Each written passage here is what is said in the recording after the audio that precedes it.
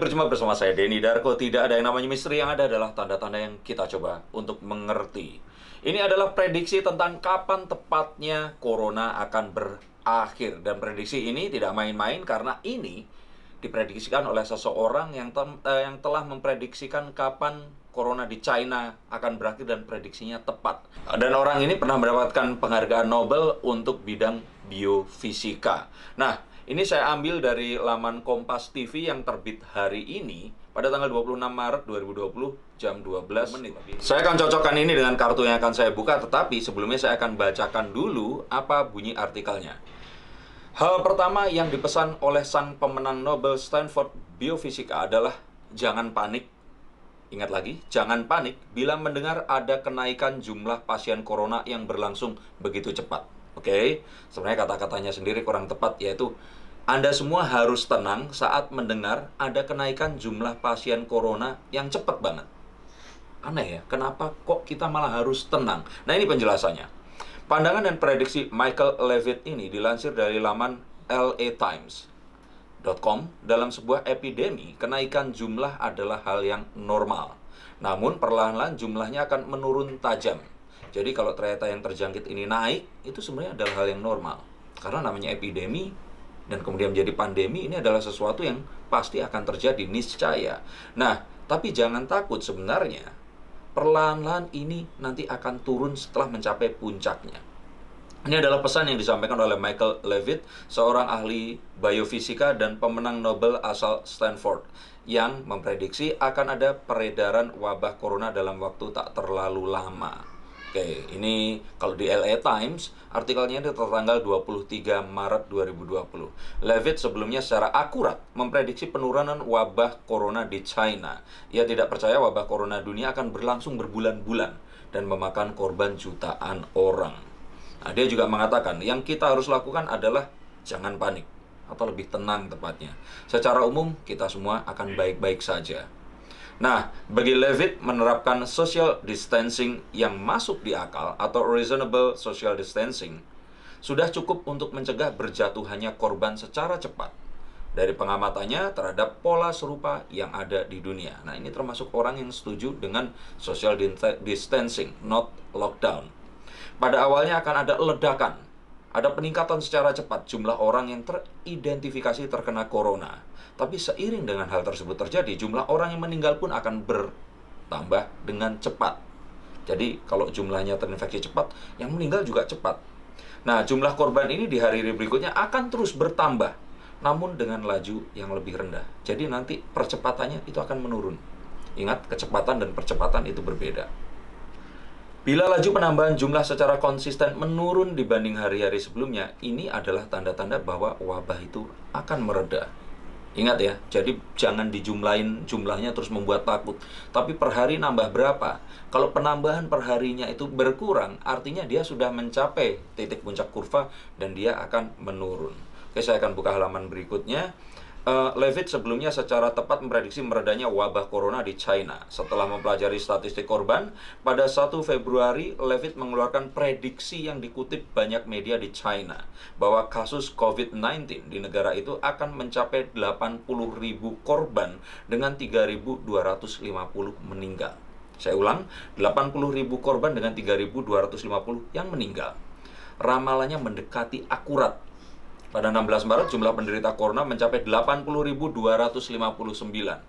Ini melesetnya ukuran persentase kecil sekali ini. Kasus dengan 3.245 meninggal. Cuman 5 orang melesetnya. Penambahan pasien setiap hari saat ini sudah sangat sedikit, dapat dikatakan epidemi di China telah berakhir. Levitt yang memenangkan Nobel pada 2013 memprediksi negara-negara lain pun akan mengikuti pola yang serupa, bahkan tanpa harus menjalankan sistem lockdown yang ketat seperti yang dilakukan oleh China.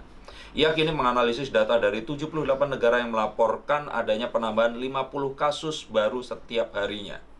Ia melihat adanya tanda-tanda pemulihan di banyak negara tersebut. Yang menjadi fokus perhatiannya bukanlah total jumlah kasus. Ingat, bukan total jumlah kasus, tapi jumlah kasus baru yang teridentifikasi setiap hari. Jumlahnya tertentu saja masih mengkhawatirkan, tetapi tanda-tandanya jelas bahwa ada perlambatan kenaikan. Dia bahkan melihat itu terjadi di Iran. Meski penambahan kasus di Iran setiap hari masih konstan, tetap di atas 1.000, namun Levitt percaya Iran sudah melewati puncak krisis. Iran sudah melewati titik tengah perjalanan dan sekarang menuju turun ke bawah. Levitt juga menunjukkan apa yang terjadi di kapal Diamond Princess sebagai kasus penting. Ini kapal yang docking di Jepang kalau nggak salah. Saat saya kemarin ke Jepang, kapalnya lagi di sana tuh.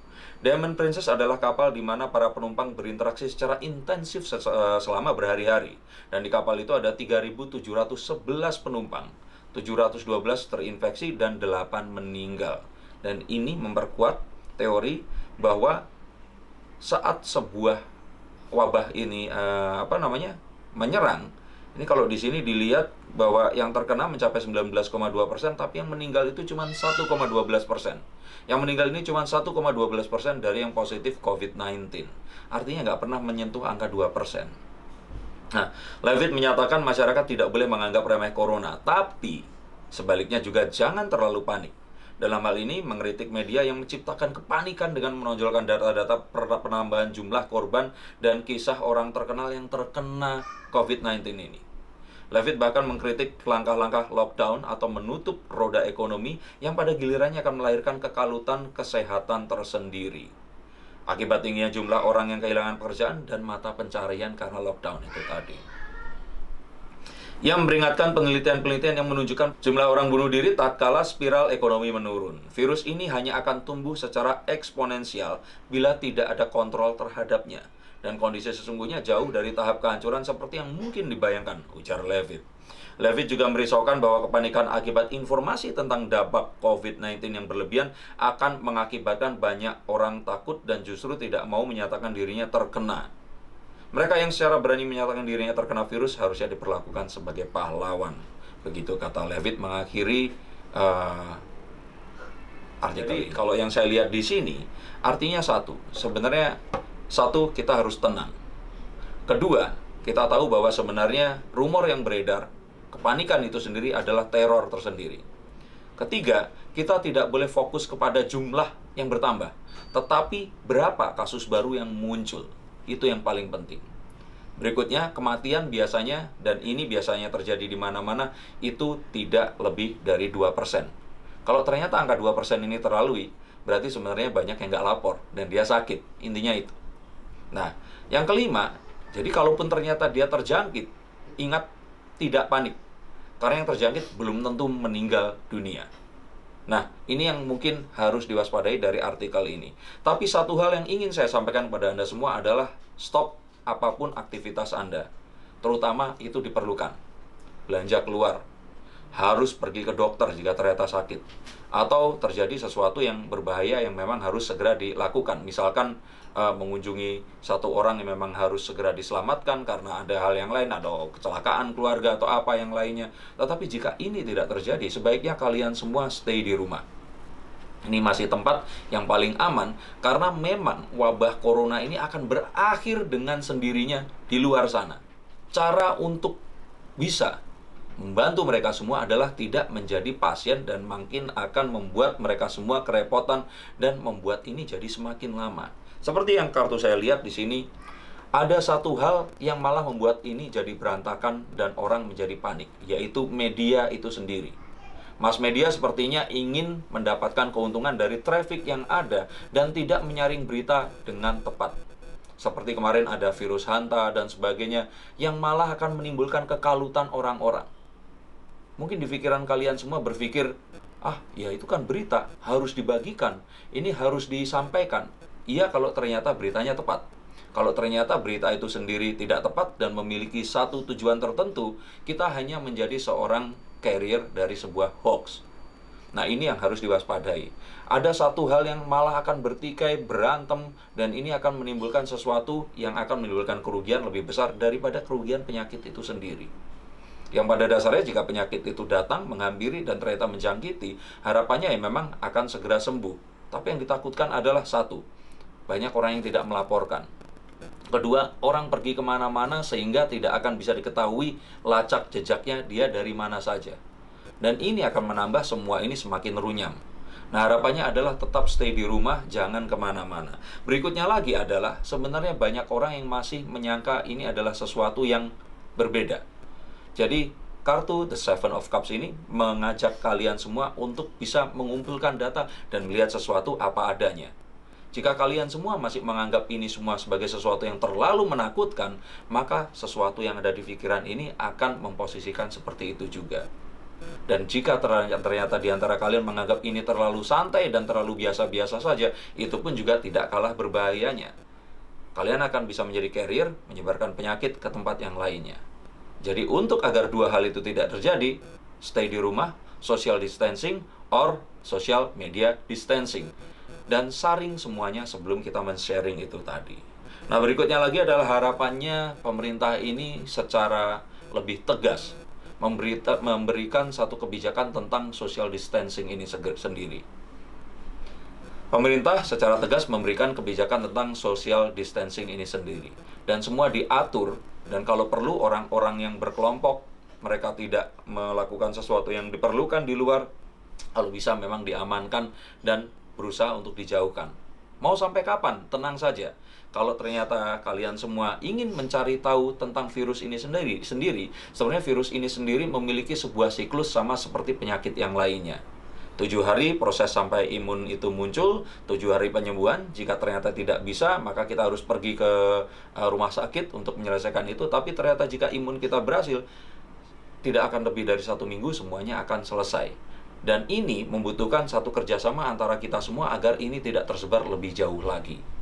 Nah, jadi hal seperti ini harus kita waspadai. Ingat, jangan men-sharing sesuatu yang tidak kita ketahui. Dan yang paling penting lagi adalah kita harus selalu googling, selalu reading, selalu mencari tahu apapun yang ada di depan kita. Kita harus berkonsultasi dengan orang-orang yang tepat. Bertanya kepada dokter, menanyakan kondisi kesehatan kita kepada seseorang yang lebih tahu. Dan yang paling penting adalah ini mungkin juga menjadi satu kartu untuk kita melihat ke depannya apa yang akan terjadi setelah ini semua. Karena sebenarnya rahasia yang terbesar adalah bukan saat wabah ini melanda, tapi saat ini semua sudah lewat dan nanti kita harus hidup seperti apa.